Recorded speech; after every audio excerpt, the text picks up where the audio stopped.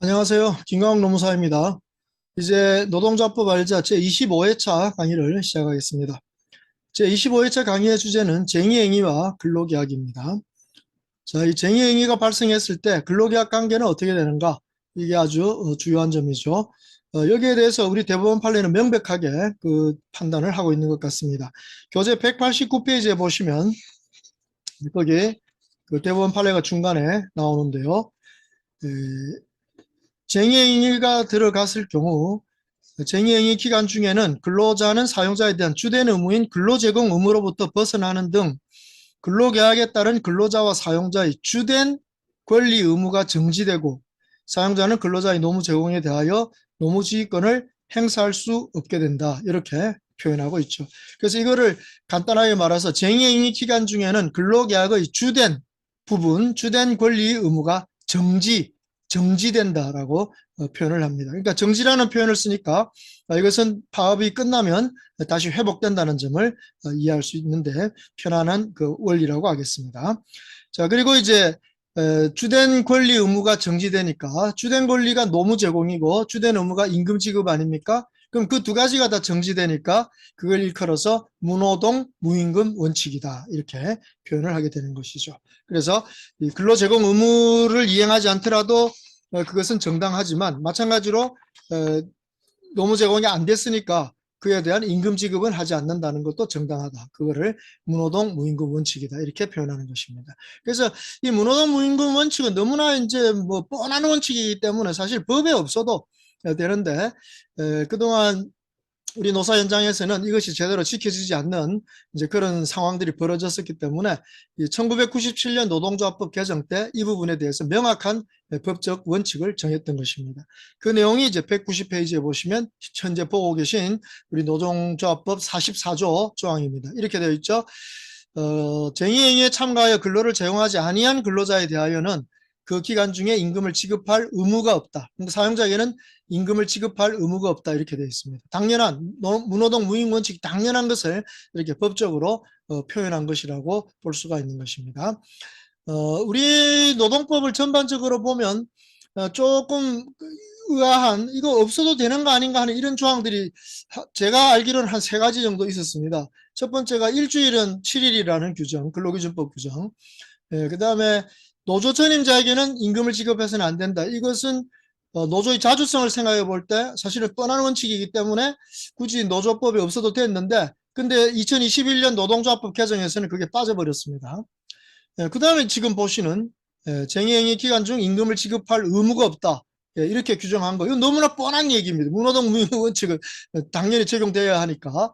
그것은 근로계약상의 입장에서 본다면 너무나 뻔한 건데 이런 걸 법적으로 이제 해놓았습니다. 근데 이걸 법에서는 그냥 그대로 유지를 하고 있는 걸 보면 조금 뭐 신기하다고 할까요? 뭐 그렇게 봅니다. 근데 어쨌든 이 법조문을 잘 보시면요. 사용자에게는 임금을 지급할 의무가 없다 이랬으니까 만약 어떤 사용자가 자발적으로 그 정의행위 기간 중에 대해서 임금을 주겠다 이렇게 판단한다면 어떨까요? 그래서 임금을 주면 어떻게 될까요? 상관없습니다. 그거는 뭐라고 할 수가 없고, 그럼 노조가 뭐 졸라가지고 막 주게 되는 경우를 할지라도 그것은 문제가 되지는 않습니다. 사용자가 알아서 판단해서 어떤 생활을 좀 지원해 주려고 주는 경우 이것은 문제가 되지 않습니다. 다만 노동조합이 쟁의행위 기간 중에 임금을 달라고 이를 관철할 목적으로 쟁의행위를 하는 경우 이거는 불법 쟁의가 된다는 점, 그것이 이제 노동조합법 44조 2항에 규정이 되어 있다는 것입니다. 그래서 이 점을 잘 이해하시고 이 쟁의행위 기간에 대해서 임금 지급하지 않는 거 이건 너무나 뻔한 원칙이라는 거를 생각하시고 노조도 무리하게 그것을 관철하려고 쟁의행위까지 나아가는 거 이거는 법으로 금지되어 있다는 점을 잘 기억하시기 바랍니다. 자, 여기 우리 대법원 판례에서 지금 여러 번 보셨듯이 주된 내용이 정지된다. 근로계약의 주된 내용이 정지된다. 라고 하는 이 표현을 이해를 잘 하시려면 지금 저 앞쪽에서 보셨던 그 근로계약의 구조에 대해서 다시 한번 찾아보셔야 됩니다. 74쪽에 나왔던 그림인데 이걸 제가 190쪽에 다시 옮겨다 놓았습니다. 지금 190쪽에 있는 그림을 잠깐 보시면 이 근로계약의 구조가 주된 내용과 부수적 내용이 있다고 해서 지금 파업에 들어가면 쟁의행위에 들어가면 주된 내용이 정지된다. 즉 근로자는 노무 제공 안 해도 되고 사용자는 임금 지급을 하지 않는다. 사용자는 임금을 지급하지 않기 때문에 그 기간 동안에는 노무 지휘권이 인정되지 않는다. 이것을 알 수가 있는 것입니다. 바로 이러한 상황이 이 쟁의행위에 들어갔을 때의 근로계약의 취지라는 점을 잘 알아두시면 되겠습니다. 그래서 여기 임금 말고도 그 뭐 연차 휴가라든가 이런 것들에 대해서도 휴일 같은 거 이런 것들에 대해서도 쟁의행위 기간 중에는 일단 적용되지 않는다는 점 나중에 그 판례 해부에서 확인해 보실 수가 있을 것 같습니다. 자, 그리고 여기 이제 부수적 내용에서 이 충실 의무는 그대로 남아있죠. 살아있죠. 그러니까 근로자들은 파업 중이라 하더라도 직무 전념 의무, 이거는 이제 소용없습니다. 직무를 수행하지 않는 때니까 직무 전념 의무는 적용되지 않을지 모르지만 비밀을 준수하는 의무, 파업 중에 회사 비밀 팔아먹을 수 있습니까? 없겠죠. 그러니까 비밀 준수 의무는 그대로 지켜야 되고 또 회사 명예 손상 방지 의무, 이것도 그대로 지키셔야 된다. 이걸 알 수가 있습니다.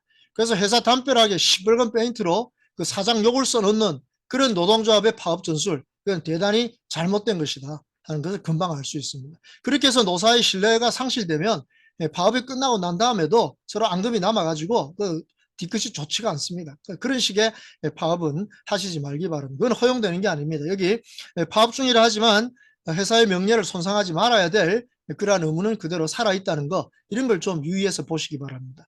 또 고지 의무, 어떤 상황이 발생했을 때 파업 중이라고 해가지고 회사에 불났는데 그걸 신고 안 하실 거예요? 안 알려주실 거예요? 당연히 알려주시고 같이 그 불을 꺼야 되겠죠. 그러니까 그런 고지 의무는 그대로 살아있다. 이걸 금방 이 근로계약의 구조에서 보시면 알 수 있습니다. 마찬가지로 사용자는 임금 지급 안 하는 거, 노무지휘권 행사 못 하는 거, 이것만 인정되는 거지 그 아래에 있는 배려 의무, 이거는 그대로 적용되고 있다는 걸 유의하셔야 됩니다. 그래서 근로자의 생명과 안전을 보호하는 이런 사용자의 의무는 그대로 쟁의행위 기간 중에도 적용되고 있다. 지키셔야 된다. 이걸 기억하시기 바랍니다. 이걸 무시하고 그 근로자들을 막 폭력으로 몰아내려고 용역 깡패 동원해가지고 두드려 패는 이런 사장님들은 바로 이 근로계약의 안전배려 의무, 이 보호 의무 이런 거를 모르시고 한 행동입니다. 정말 잘못된 행동이라는 것을 좀 기억하시기 바랍니다. 마찬가지로 밑에 직장 내 성희롱이나 직장 내 괴롭힘 이런 것도 쟁의 기간 중이라 하더라도 그것은 행해서는 안 된다는 거 금방 알 수 있습니다. 그 여성 근로자들이 많은 조합원들이 파업을 했을 때 이 남성 사용자들 관리자들이 그 파업에 대해서 뭐 어떤 조치를 취한다고 할 때 아주 그 비난을 하는 그런 언사를 하면서 이런 성희롱적인 이런 발언을 하게 된다면 그건 대단히 잘못된 것이라고 볼 수밖에 없다는 거죠. 그래서 이 파업이라는 게 쟁의행위라는 게 근로계약이 종료된 게 아니다. 그 파업이 끝나면은 다시 근로계약은 지속된다 하는 이 점을 좀 잊지 마시고 이 파업 기간 중에는 주된 내용만 정지될 뿐이지 이 부수적 내용은 그대로 유지된다는 점에 유의하시기 바랍니다. 그래서 이 근로계약의 그 구조와 관련해서 가장 그 쟁점이 되었던 건 1993년에 우리 대법원 판례에서는 파업에 들어갔을 때 무노동 무임금 원칙이 적용되는 범위는 거기 주된 내용, 노무 제공의 대가로서 지급되는 임금, 그 부분에 대해서만 무노동 무임금 원칙이 적용되고 아래쪽에 회사가 근로자의 생활에 대한 지원으로 주게 되는 복리후생적인 그런 금품에 대해서는 무노동 무임금 원칙이 적용되지 않는다. 이런 판례를 낸 바가 있습니다. 근데 거기에 대해서 그 김영삼 대통령 정권 시절로 기억하는데 초대 노동부 장관을 지냈던 이인재 장관이 기자회견에서 그러한 대법원 판례의 견해에 따르겠다. 파업 중에 무노동 무임금에 대해서는 대법원 판례에 따르겠다. 이 말은 무슨 말입니까? 그 주된 부분의 임금만 안 주고 그 부수적 부분의 생활 보장적인 그런 복리후생적 금품은 지급하도록 하겠다. 그때 당시에 한 10% 정도 이 복리후생적 금품이 차지하는 비율이 전체 급여에서 한 10% 정도 차지하는 비율이었는데 그것만 지급하도록 하겠다. 이렇게 기자회견을 한 적이 있습니다. 그랬더니 막 사용자 측에서 막 엄청난 그냥 비난을 하고 무슨 소리냐, 파업을 했는데 왜 복리후생은 주라는 거냐, 이 대법원 판례 잘못됐고 장관도 잘못됐다, 이렇게 엄청난 공격을 가했던 적이 1993년 있었던 일입니다. 그래가지고 결국 그 이인재 장관이 6개월 밖에 못하고 장관에서 내려올 수밖에 없었고요. 급기야 1995년 12월에 우리 대법원 판례에서는 그 파업에 들어가면 모든 금품, 모든 임금을 지급하지 않는다. 그래서 이 생활보장적으로 나누는 이런 임금 미분적인 이런 사고방식은 우리 법에는 근거가 없다. 이래가지고 그 몽땅 파업 중에는 임금을 주지 않는 거기 무노동 무임금 원칙이 적용되는 범위를 위쪽에 노무 제공의 대가인 임금뿐 아니라 그 생활 보장적인 어떤 복리후생적 금품에 대해서도 문호동 무임금 원칙을 적용한다. 이것이 1995년 12월 달 대법원 전원합의체 판결에서 나온 바가 있습니다. 그래서 제가 그 판결 1995년 12월 대법원 그 전원합의체 판결 때문에 우리나라 임금 체계가 엉망이 되었다. 복리후생적 금품을 주는 건 본래 임금이 아닌데 그것도 임금으로 쳐가지고 그걸 그 문호동 무임금 원칙을 적용하는 바람에 우리나라에서 모든 수당들, 거의 대부분의 수당들이 임금으로 인정되게 되고 그것이 통상임금으로 바뀌는 바람에 우리나라 임금 체계가 아주 어렵게 된 이런 상황에 왔다는 거, 이런 점을 제가 근로기준법 강의할 때 계속 강조한 바가 있습니다. 그래서 뭐 오늘은 여기서 그걸 뭐 자세하게 다룰 필요는 없겠지만 어쨌든 이 근로계약의 구조에서 잘 보시면 파업에 들어갔을 때 주된 내용의 권리 의무가 정지된다. 이것이 무엇을 말하는가를 잘 보시고 적어도 지금 제가 설명드린 부수적 내용은 그대로 유지되고 있기 때문에 근로자로서는 충실 의무, 사용자로서는 배려 의무 이 부분을 지켜줘야 된다. 다만 1995년 우리 대법원 전원합의체 판결 때문에 그 사용자의 배려 의무 중에 나오는 그 복리후생 수당 같은 것은 지급하지 않아도 된다. 그러나 이것은 지급 의무가 없다는 것 뿐이니까 사용자가 뭐 자발적으로 지급하겠다고 한다면 그거는 법적으로 문제가 되지 않는다는 점 이렇게 정리하도록 하십시다. 자, 이제 마지막 이 쟁의행위와 관련해서 살펴볼 문제는 여기 교재에서는 설명하지 않지만 불법 파업에 들어갔을 때 노조가 어떤 책임을 지게 되는가 하는 그런 점들을 판례를 중심으로 정리를 해드리도록 하겠습니다.